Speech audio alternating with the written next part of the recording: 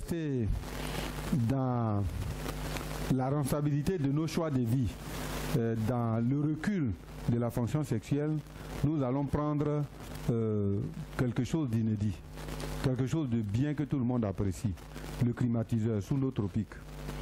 Le climatiseur, il est fait pour produire du froid, mais il ne faut pas perdre de vue que la température moyenne de l'organisme est de 37 degrés. Si j'arrive à 36 degrés, j'ai fait ce qu'on appelle une hypothermie. Je risque de tomber malade et d'en mourir. Si je vais au-delà de 37 degrés, vers 38-39 degrés, je développerai ce qu'on appelle une hyperthermie. Je suis malade, si rien n'est fait, je risque d'en mourir. Donc à l'intérieur de l'organisme de chacun d'entre nous, il y a un thermostat biologique qui va donc réguler notre température intérieure et la maintenir à 37 degrés. Qu'on soit dans le froid ou dans le chaud.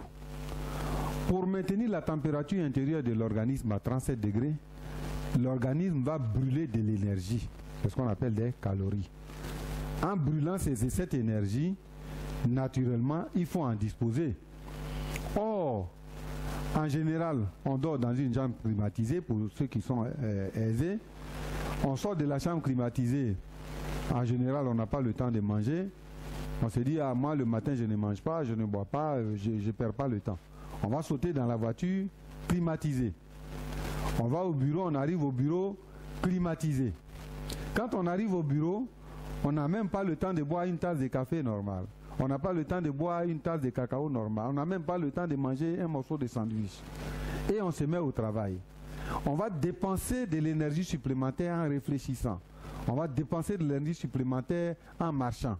Mais dans le même temps, on est soumis au climatiseur. L'organisme est à 37 degrés en moyenne à l'intérieur. Et on continue de subir le froid. Donc l'organisme va produire de l'énergie supplémentaire à brûler. Cette énergie, l'organisme n'en disposant pas, va aller donc chercher constamment dans ses réserves. C'est-à-dire dans les batteries naturelles qui emmagasinent cette énergie, c'est-à-dire les mitochondries. Les mitochondries vont donc se vider de la réserve d'énergie dont elles disposaient et on va donc être livré à nous-mêmes. Ce qui fait qu'à la fin de la journée, je synthétise les choses, à midi, on va aller, on mangera, mais on ne se préoccupera pas de manger des choses naturelles. On va manger des bourratifs, on va manger des choses grasses, des choses sucrées, des choses trop salées. À partir de ce moment, on va donc compliquer davantage la capacité de l'organisme à produire de l'énergie à consommer. Et donc cela, soit dit en passant, étant entendu que l'organisme n'a pas d'énergie, ça va ralentir la digestion, ça va donc provoquer in fine ce qu'on appelle la constipation puisqu'on n'aura pas réussi à digérer. Et petit à petit, ça va provoquer l'accumulation d'un certain nombre de déchets métaboliques qui vont naturellement provoquer la dérégulation des solutés tels que le glucose, le sodium, la créatinine, l'urée, l'acide urique, etc. Donc on voit bien qu'on se retrouve devant un tableau large où on peut développer n'importe quelle pathologie. Alors, l'organisme ne disposant pas suffisamment d'énergie à brûler pour répondre à ses besoins fonctionnels en ce qui concerne les organes dits principaux, donc les organes vitaux, il va automatiquement lancer une autotomie fonctionnelle, c'est-à-dire supprimer des fonctions non essentielles.